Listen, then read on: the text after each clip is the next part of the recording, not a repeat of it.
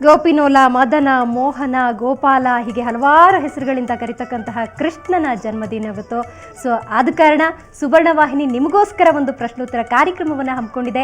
ಈ ಒಂದು ಪ್ರಶ್ನೋತ್ತರ ಕಾರ್ಯಕ್ರಮದ ಹೆಸರು ಕೃಷ್ಣೋತ್ತರ. ಈ ಒಂದು ಕಾರ್ಯಕ್ರಮಕ್ಕೆ ನೀವು ಕೂಡ ಕರೆ ಮಾಡಬಹುದು. ಸುಲಭ ಪ್ರಶ್ನೆಗಳು ನಾವು ಕೇಳ್ತೀವಿ, ಸುಲಭ ಉತ್ತರಗಳನ್ನು ನೀವು ಕೂಡ ಕೊಡಬಹುದು. ಈ ಒಂದು ಕಾರ್ಯಕ್ರಮಕ್ಕೆ ಕರೆ ಮಾಡಿದ ನಂತರ ಉತ್ತಮ ಆನ್ಸರನ್ನು ಕೊಟ್ಟ ನಂತರ ನಿಮಗೆ ಆಕರ್ಷಕ ಬಹುಮಾನ ಗೆಲ್ಲಬಹುದು. ಅದರ ಜೊತೆಗೆ ಕೃಷ್ಣ ಕೃಪೆ ಇವತ್ತು ಯಾರ ಮೇಲಿದೆ ಅನ್ನೋದನ್ನ ನೋಡೋಣ.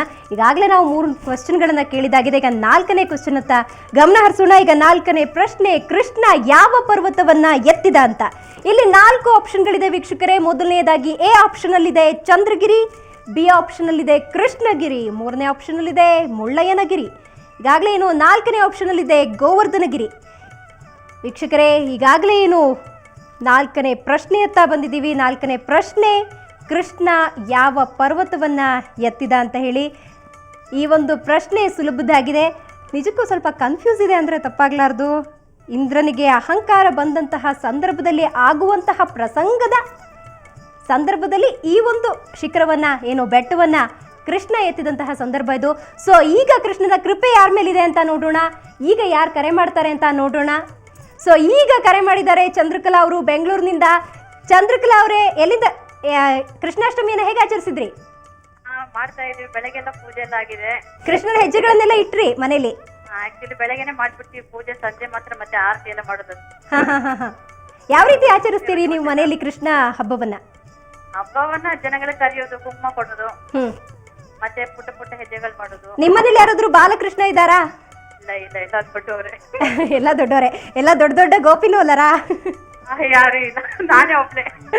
ಹೌದಾ, ಓಕೆ ಫೈನ್. ಈಗಾಗಲೇ ನೋಡಿ ನಿಮ್ಮ ಟಿವಿ ಸ್ಕ್ರೀನ್ ಮೇಲೆ ಪ್ರಶ್ನೆ ಬಂದಿದೆ ಅನ್ಕೋತೀನಿ. 4 ಪ್ರಶ್ನೆಯನ್ನು ನಾವು ಕೇಳಿದ್ವಿ. ಕೃಷ್ಣ ಯಾವ ಒಂದು ಬೆಟ್ಟವನ್ನ ಎತ್ತಿದ್ದು ಅಂತ, ಪರ್ವತವನ್ನ ಎತ್ತಿದ್ದು ಅಂತ. ನಿಮ್ಮ ಟಿವಿ ಪರದೆ ಮೇಲೆ 4 ಆಪ್ಷನ್ ಇದೆ ಚಂದ್ರಕಲಾ ಅವರೇ. ಚಂದ್ರಗಿರಿ, ಕೃಷ್ಣಗಿರಿ, ಮುಳ್ಳಯ್ಯನಗಿರಿ, ಗೋವರ್ಧನಗಿರಿ. ಉತ್ತರ ಗೊತ್ತಿದ್ಯಾ ನಿಮ್ಗೆ? ಗೋವರ್ಧನಗಿರಿಯಲ್ಲಿ ಕೃಷ್ಣ ರೀ ಚಂದ್ರಗಿರಿ ಕಣ್ರಿ, ನಾನು ಈಸಿ ಆನ್ಸರ್ ಹೇಳ್ಕೊಡ್ತಾ ಇದ್ದೀನಿ. ಚಂದ್ರಗಿರಿ ಇಲ್ಲ ರೀ, ಚಂದ್ರಗಿರಿ ಇಲ್ಲ ಇಲ್ಲ ನಾವು. ಓಕೆ ಫೈನ್, ಗೋವರ್ಧನ ಅನ್ನೋ ಆನ್ಸರ್ ಅನ್ನ ಕೊಟ್ಟಿದ್ದೀರಾ. ಏನಾದ್ರೂ ಪ್ರಸಂಗ ನೆನಪಿದ್ಯಾ ನಿಮ್ಗೆ? ಮತ್ತೆ ಕೇಳಿಸಿಲ್ಲ. ಪ್ರಸಂಗ ನಿಮ್ಗೆ ನೆನಪಿದ್ಯಾ? ಯಾವ ಸಂದರ್ಭದಲ್ಲಿ ಕೃಷ್ಣ ಈ ಒಂದು ಗೋವರ್ಧನಗಿರಿ ಶಿಖರವನ್ನ ಎತ್ತಿದ್ದು ಅಂತ? ಹಾಡೋದ್ರಲ್ಲಿ ಬರುತ್ತೆ, ಗೋವರ್ಧನಗಿರಿ ಕಿರುಬೆಳೆಯಲ್ಲಿ ಅಂತ ಹೇಳಿ ಹಾಡು ಹಾಡ್ತೀವಿ. ಇನ್ನೊಮ್ಮೆ ಹೇಳಿ. ಹಾಡು ಹಾಡೋದ್ರಲ್ಲಿ ಗೋವರ್ಧನಗಿರಿ ಕಿರುಬೆಳೆಯಲ್ಲಿ ಎತ್ತಿದ್ದು ಅಂತ ಒಂದು ಇದು ಬರುತ್ತೆ. ಅದು ಓಕೆ ಓಕೆ, ನಿಮ್ಗೆ ಹಂಗ್ ನೆನಪಿದೆ ಗೋವರ್ಧನಗಿರಿ ಅನ್ನೋದು. ಸೊ ಗೋವರ್ಧನಗಿರಿ ಅನ್ನೋ ಆನ್ಸರ್ ಅನ್ನ ಕೊಟ್ಟಿದ್ದೀರಾ. ಅದು ಸರಿಯಾದ ಉತ್ತರ ಹೌದು. ನೀವು ಆಕರ್ಷಕ ಬಹುಮಾನ ಕೂಡ ಗೆದ್ದಿದ್ದೀರಾ ಚಂದ್ರಕಲಾ ಅವರೇ. ಯಾವುದೇ ರೀತಿ ಭಯ ಬೇಡ, ಚಂದ್ರಗಿರಿ ಅಲ್ಲ, ಅದು ಗೋವರ್ಧನಗಿರಿನೇ. ಸೊ ಕರೆ ಮಾಡಿದ್ದಕ್ಕಾಗಿ ಧನ್ಯವಾದ ಚಂದ್ರಕಲಾ ಅವರೇ. ಸೊ ವೀಕ್ಷಕರೇ, ಈಗಾಗಲೇ ನಾವು 4ನೇ ಪ್ರಶ್ನೆಯನ್ನು ಕೇಳಿದ್ವಿ. 4ನೇ ಪ್ರಶ್ನೆಯಲ್ಲಿ ಕೃಷ್ಣ ಯಾವ ಒಂದು ಪರ್ವತವನ್ನು ಎತ್ತಿದ್ದು ಅಂತ. ಇದಕ್ಕೆ ಗೋವರ್ಧನಗಿರಿಯನ್ನು ಆನ್ಸರನ್ನು ಚಂದ್ರಕಲಾ ಅವರು ಕೊಟ್ಟರು. ಖಂಡಿತವಾಗ್ಲೂ ಇದು ಸರಿಯಾದ ಉತ್ತರವೇ. ಈ ಒಂದು ಸಂದರ್ಭ ಕೂಡ ಸಣ್ಣದಾಗಿ ಹೇಳ್ಬಿಡ್ತೀನಿ ನಾನು. ಇಂದ್ರನಿಗೆ ಅಹಂಕಾರ ಬಂದಂತಹ ಸಂದರ್ಭ ಅದು. ಆ ಒಂದು ಸಂದರ್ಭದಲ್ಲಿ ಇಂದ್ರ ಮಳೆ ತರ್ತಾನೆ ಅಂತ ಹೇಳಿ ಗೋಕುಲದ ನಿವಾಸಿಗಳೆಲ್ಲ ಇಂದ್ರನನ್ನ ಪೂಜೆ ಮಾಡ್ತಾ ಇರ್ತಾರೆ. ಆಗ ಬಾಲಕೃಷ್ಣ ಅಲ್ಲಿರ್ತಾನೆ. ಬಾಲಕೃಷ್ಣ, ಯಾಕೆ ನೀವು ಇಂದ್ರನನ್ನ ಪೂಜೆ ಮಾಡ್ತಾ ಇದ್ದೀರಾ ಅನ್ನೋ ಒಂದು ಪ್ರಶ್ನೆಯನ್ನು ಕೇಳ್ತಾನೆ. ನೀವು ಬೆಟ್ಟಕ್ಕೆ ಪೂಜೆ ಮಾಡಿ ಬೆಟ್ಟದಿಂದ ಮಳೆ ಸುರಿಯುವಂಥದ್ದು ನಿಮಗೆ ಪ್ರಕೃತಿಯ ಒಂದು ನಿಯಮ ಗೊತ್ತಿರುತ್ತೆ ಅನ್ನೋ ಪ್ರಕಾರದಲ್ಲಿ ಕೃಷ್ಣ ಹೇಳ್ತಾನೆ. ಆಗ ಎಲ್ಲರೂ ಬೆಟ್ಟವನ್ನ ಪೂಜೆ ಮಾಡಿದಂತಹ ಸಂದರ್ಭದಲ್ಲಿ ಇಂದ್ರನಿಗೆ ಒಂದು ಕೋಪ ಬರುತ್ತೆ. ಇಂದ್ರ ಧಾರಾಕಾರ ಮಳೆಯನ್ನ ಸುರಿಸ್ತಾನೆ. ಒಂದು ರೀತಿ ಪ್ರವಾಹದ ಪರಿಸ್ಥಿತಿ ಗೋಕುಲದಲ್ಲಿ ನಿರ್ಮಾಣವಾಗುತ್ತೆ.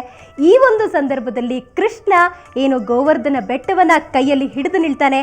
ಬಾಲಕೃಷ್ಣ ಒಂದು ಗೋವರ್ಧನ ಬೆಟ್ಟವನ್ನು ಹಿಡಿದು ನಿಂತಾಗ ಅಲ್ಲಿಯ ಜನರಿಗೆ, ಒಂದು ನಿವಾಸಿಗಳಿಗೆ, ಗೋಪಿನೋಲನ ಒಂದು ಸಂಬಂಧಿಕರಿಗೆ ಒಂದು ಭಯ ಆಗುತ್ತೆ. ಬಾಲಕೃಷ್ಣ ಒಂದು ಗೋವರ್ಧನಗಿರಿ ಬೆಟ್ಟವನ್ನು ಹಿಡಿದಿದ್ದಾರೆ, ಖಂಡಿತವಾಗ್ಲೂ ಆ ಬೆಟ್ಟವನ್ನು ಹಿಡಿಯುವಂತಹ ಶಕ್ತಿ ಇದೆಯಾ ಅನ್ನೋ ಒಂದು ಸಂಶಯ ಕೂಡ ನಿರ್ಮಾಣವಾಗುತ್ತೆ. ಆ ಒಂದು ಸಂದರ್ಭದಲ್ಲಿ ಬಾಲಕೃಷ್ಣ ಹೇಳೋ ಮಾತಂತ ಹೇಳಿದ್ರೆ, ನನ್ನ ಬಳಿ ಶಕ್ತಿ ಇದೆ, ನೀವು ಯಾರು ಹೆದರುವಂತಹ ಅವಶ್ಯಕತೆ ಇಲ್ಲ. ಇಂದ್ರನ ಒಂದು ಸಿಟ್ಟನ್ನು, ಒಂದು ಕೋಪವನ್ನು ಒಂದು ತಣಿಸುವಂತಹ ಪ್ರಯತ್ನ ಇದು. ಅವನಿಗಿರ್ತಕ್ಕಂತಹ ಅಹಂಕಾರವನ್ನು ತಣಿಸುವಂತಹ ಪ್ರಯತ್ನ ಇದು.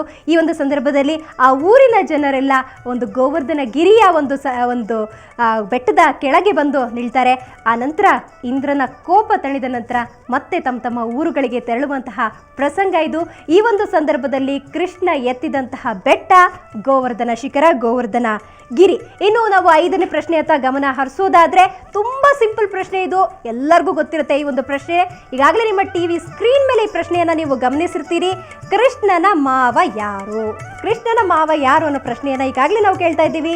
ಸೊ ಕಂಸ, ಧ್ವಂಸ, ವಿಧ್ವಂಸ, ನಿರ್ವಂಶ ಅನ್ನೋ 4 ಆಪ್ಷನ್ಗಳನ್ನು ಇಟ್ಟಿದ್ದಾರೆ. ಸೊ ನಿಮಗೆ ಖಂಡಿತವಾಗ್ಲೂ ಆನ್ಸರ್ ಗೊತ್ತಿರುತ್ತೆ. ಖಂಡಿತವಾಗ್ಲೂ ನಾವು ಕೂಡ ಸುಲಭವಾದ ಪ್ರಶ್ನೆಯನ್ನು ಕೇಳಿದ್ದೀವಿ, ಸುಲಭವಾದ ಆನ್ಸರನ್ನು ನೀವು ಕೊಡಬಹುದು. ಈಗಾಗಲೇ ಕಾಲರ್ ಕೂಡ ರೆಡಿಯಾಗಿದ್ದಾರೆ. ಸತೀಶ್ ಅವರು ಬೆಂಗಳೂರಿನಿಂದ ಕರೆ ಮಾಡಿದ್ದಾರೆ ಅಂತ ಹೇಳ್ತಾ ಇದ್ದಾರೆ. ಸೊ ಸತೀಶ್, ಹೇಗೆ ಆಚರಿಸಿದ್ರಿ ಕೃಷ್ಣಾಷ್ಟಮಿಯನ್ನ? ಚೆನ್ನಾಗಿ ಆಚರಿಸ್ತಾ ಇದೀವಿ ಮೇಡಮ್. ಮನೆಯಲ್ಲಿ ಏನೋ ಅಡುಗೆ ಮಾಡಿದ್ದೀನಿ ಇವಾಗ ಊಟ ಮಾಡ್ಲಿಕ್ಕೆ. ಊಟ ಮಾಡಿ ಮಲಗ್ತಿದ್ರಿ ಅನ್ಸುತ್ತೆ. ಇನ್ನೇನು ಭಾನುವಾರ ಕೆಲಸ. ಅದೇ ಭಾನುವಾರ ಕೃಷ್ಣಾಷ್ಟಮಿ ಬಂದಿದೆ, ಚೆನ್ನಾಗಿ ಕೃಷ್ಣಂಗೆ ಬೇಕಾಗಿದ್ದ ಅಡುಗೆ ಎಲ್ಲ ಮಾಡಿರ್ತಾರೆ. ಸರಿ, ತಿಂದು ಮಲಗ್ತಿದ್ರಿ ಅನ್ಸುತ್ತಲ್ವಾ? Okay, fine. ಖಂಡಿತ ಮಾಡಿರ್ತಾರೆ. ಏನು ಇನ್ನೊಮ್ಮೆ ಹೇಳಿ. ಖಂಡಿತ ಮಾಡಿರ್ತಾರೆ. ಚಕ್ಲಿ, ನಿಪ್ಪಟ್ಟು, ಕೋಡುಬಳೆ, ಮುಚ್ಚೋಳೆ. ನಿಮ್ಮನೇಲಿ ಯಾವ ರೀತಿ ಆಚರಿಸ್ತೀರಿ? ನಿಮ್ಮನೇಲಿ ಬಾಲಕೃಷ್ಣ ಯಾರಾದ್ರೂ ಇದ್ದಾರಾ? ಬಾಲಕೃಷ್ಣ ಯಾರಿಲ್ಲ. ಇರೋ ಮಗ PUC ಇಲ್ಲಿದ್ದಾನಾಗ್ಲೇ. ಇನ್ನೊಮ್ಮೆ ಹೇಳಿ. ಇರುವ ಮಗ ಆಗ್ಲೇ PUC ಇಲ್ಲಿದ್ದಾನೆ. ಅದ್ರಲ್ಲಿ ಬಾಲಕೃಷ್ಣ ಯಾರಿಲ್ಲ. ಗೋಪಿನೋಲ ಬಿಡಿ ಹಾಗಾದ್ರೆ. ಸರಿ, ತಲುಪಿಲ್ಲ. Okay, fine. ಸಮರ್ಥನೆ ಬೇರೆ ಮಾಡ್ಕೋತಾ ಇದ್ದೀರಿ. 5ನೇ ಪ್ರಶ್ನೆ ನಿಮ್ಮ ಟಿವಿ ಸ್ಕ್ರೀನ್ ಮೇಲೆ ಈಗಾಗಲೇ ಬಂದಿದೆ. ಕೃಷ್ಣನ ಮಾವ ಯಾರು ಅನ್ನೋ ಪ್ರಶ್ನೆಯನ್ನ ಈಗಾಗಲೇ ಸತೀಶ್ ಅವರೇ ಕೇಳಿದ್ವಿ. ಆನ್ಸರ್ ಗೊತ್ತಿದೆಯಾ ನಿಮ್ಗೆ? ಕಂಸ. ಕಂಸನೇನ್ರಿ ನಿಜವಾಗ್ಲೂನಾ? ಅದು ಖಂಡಿತ ಕಂಸನೇ.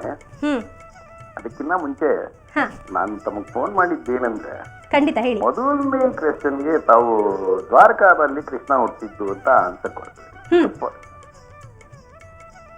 ಮಥುರಾ ಅಂತೀರಾ?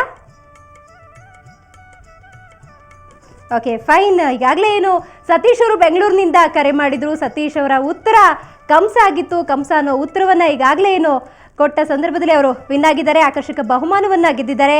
ನೋಡಿ ವೀಕ್ಷಕರೇ, ಈಗಾಗಲೇ ನಾವು ಹೇಳಿದ ಸಂದರ್ಭದಲ್ಲಿ ಈಗೇನು ಆಕರ್ಷಕ ಬಹುಮಾನದ ಒಂದು ಆಫರನ್ನು ಇಟ್ಟಿದ್ವಿ, ಸುಲಭ ಪ್ರಶ್ನೆಯನ್ನ ಕೇಳಿದ್ವಿ. ಈಗಾಗಲೇ ಕರೆ ಮಾಡಿದಂತಹ 5 ಕಾಲರ್ ಕೂಡ 5 ಕಾಲರು ಬಹುಮಾನವನ್ನು ಗೆದ್ದಿದ್ದಾರೆ, ಆಕರ್ಷಕ ಬಹುಮಾನವನ್ನು ಗೆದ್ದಿದ್ದಾರೆ. ಸುಲಭ ಪ್ರಶ್ನೆಗಳನ್ನು ನಾವು ಕೇಳಿದ್ವಿ ಈ ಒಂದು ಸಂದರ್ಭದಲ್ಲಿ. ಸೊ ಈಗ ನಾನು 5ನೇ ಪ್ರಶ್ನೆಯನ್ನು ಕೇಳಿದ್ದೆ, ಕೃಷ್ಣನ ಮಾವ ಯಾರು ಅಂತ ಹೇಳಿ. ಕೃಷ್ಣನ ಮಾವನಿಗೆ ಒಂದು ಆಪ್ಷನ್ಗಳು ಕಂಸ, ಧ್ವಂಸ, ವಿಧ್ವಂಸ, ನಿರ್ವಂಶ ಅನ್ನೋ ಆಪ್ಷನ್ಸ್ಗಳಿತ್ತು. ಆದರೆ ಕಂಸ ಅನ್ನೋದು ಸರಿಯಾದ ಉತ್ತರ. ಸತೀಶ್ ಅವರು ಒಂದು ಆಕರ್ಷಕ ಬಹುಮಾನವನ್ನು ಗೆದ್ದಿದ್ದಾರೆ. ಈ ಒಂದು ಆಕರ್ಷಕ ಬಹುಮಾನವನ್ನು ಪಡಿಬೇಕಾದ್ರೆ ಬೆಂಗಳೂರಿನ ನಿವಾಸಿಗಳಿಗೆ ನಾವೇ ಡೈರೆಕ್ಟಾಗಿ ಕನೆಕ್ಟ್ ಮಾಡ್ತೀವಿ. ಡೈರೆಕ್ಟಾಗಿ ನಾವು ಕಾಂಟ್ಯಾಕ್ಟ್ ಮಾಡಿ ಅವರಿಗೆ ಬಹುಮಾನವನ್ನು ತಲುಪಿಸ್ತೀವಿ. ಯಾವುದೇ ರೀತಿ ಗಾಬರಿ ಬೇಡ. ಕೃಷ್ಣಾಷ್ಟಮಿ ದಿವಸ ಪ್ರಶ್ನೋತ್ತರ ಕಾರ್ಯಕ್ರಮ ಇಟ್ಟು ಬಹುಮಾನ ಗೆದ್ವಿ, ಆದರೆ ಬಹುಮಾನ ಬರಲಿಲ್ಲ ಅಂತ ಗಾಬರಿ ಬೇಡ. ಖಂಡಿತವಾಗ್ಲೂ ಬಹುಮಾನ ನಿಮಗೆ ತಲುಪುತ್ತೆ.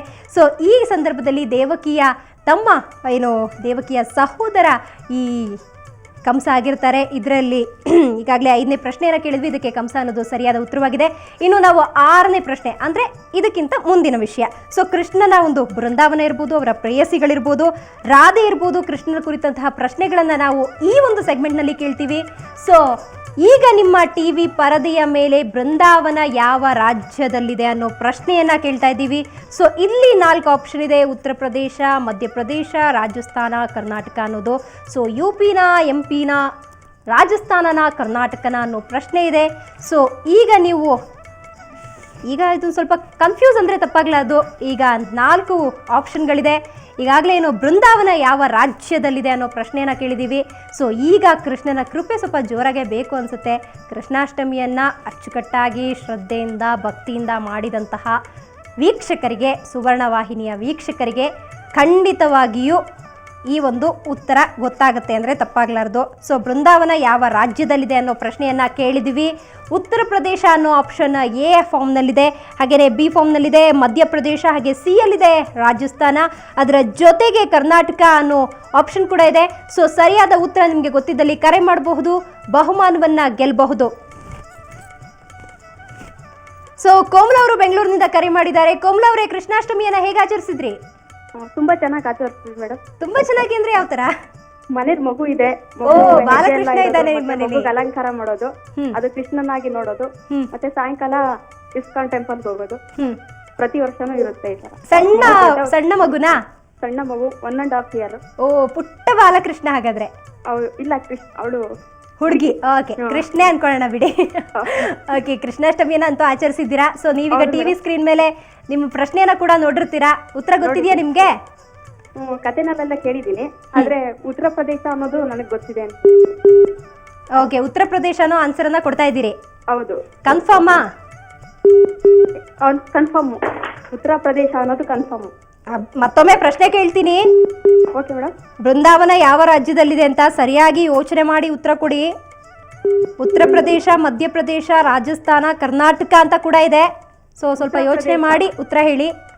ಉತ್ತರ ಪ್ರದೇಶ ಅನ್ನೋದೇ ಉತ್ತರ ಪ್ರದೇಶನೇ.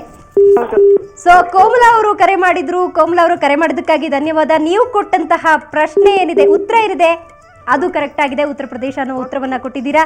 ನಿಮಗೆ ಬಹುಮಾನ ಬಂದಿದೆ. ಈಗಾಗಲೇ ಏನೋ ಆಕರ್ಷಕ ಬಹುಮಾನವನ್ನು ನಿಮ್ಮದಾಗಿಸಿಕೊಂಡಿದ್ದೀರಾ. ಯಾವುದೇ ರೀತಿಯ ಗಡಿಬಿಡಿ ಬೇಡ. ನೀವು ಕೂಡ ಬೆಂಗಳೂರಿನಲ್ಲಿರೋದ್ರಿಂದ ನಿಮಗೆ ಡೈರೆಕ್ಟಾಗಿ ಬಹುಮಾನವನ್ನು ತಲುಪಿಸುವ ಜವಾಬ್ದಾರಿ ನಮ್ಮದು ಅಂತ ಹೇಳ್ತಿದ್ದೀವಿ. ವೀಕ್ಷಕರೇ, ಸುವರ್ಣ ವಾಹಿನಿಯ ಪರವಾಗಿ ಈಗ ನಾವು ಕೃಷ್ಣೋತ್ತರ ಒಂದು ಕಾರ್ಯಕ್ರಮವನ್ನು ಹಮ್ಮಿಕೊಂಡಿದ್ವಿ. ಈ ಒಂದು ಕೃಷ್ಣೋತ್ತರ ಕಾರ್ಯಕ್ರಮದಲ್ಲಿ ಪ್ರಶ್ನೋತ್තරಗಳನ್ನು ನಾವು ಕೇಳ್ತೀವಿ. ಕೃಷ್ಣನ ಬಾಲಲೀಲೆಗಳಿರ್ಬೋದು, ಕೃಷ್ಣನ ಪ್ರೇಯಸಿ ಇರ್ಬೋದು, ಕೃಷ್ಣನ ಬೃಂದಾವನ ಲೀಲೆಗಳಿರ್ಬೋದು, ಅಥವಾ ಕೃಷ್ಣನ ಬಾಲ್ಯ ಇರ್ಬೋದು, ಹೀಗೆ ಕೃಷ್ಣನ ರೂಪ, ಲಾವಣ್ಯ, ಆಕಾರ ಇದ್ರ ಬಗ್ಗೆ ಇರ್ಬೋದು. ಈ ರೀತಿಯ ಎಲ್ಲ ಪ್ರಶ್ನೆಗಳನ್ನು, ನಿಮಗೆ ಸುಲಭ ಪ್ರಶ್ನೆಗಳನ್ನು ಕೇಳ್ತೀವಿ. ಸುಲಭ ಉತ್ತರಗಳನ್ನು ನೀವು ಕೂಡ ಕೊಡಬಹುದು. ಸೊ ಈಗ ಒಂದು ಬ್ರೇಕ್ ತಗೊಳ್ಳೋಣ. ಬ್ರೇಕ್ ನಂತರ ಕೃಷ್ಣೋತ್ತರ ಕಾರ್ಯಕ್ರಮ ಮುಂದುವರಿಯುತ್ತೆ.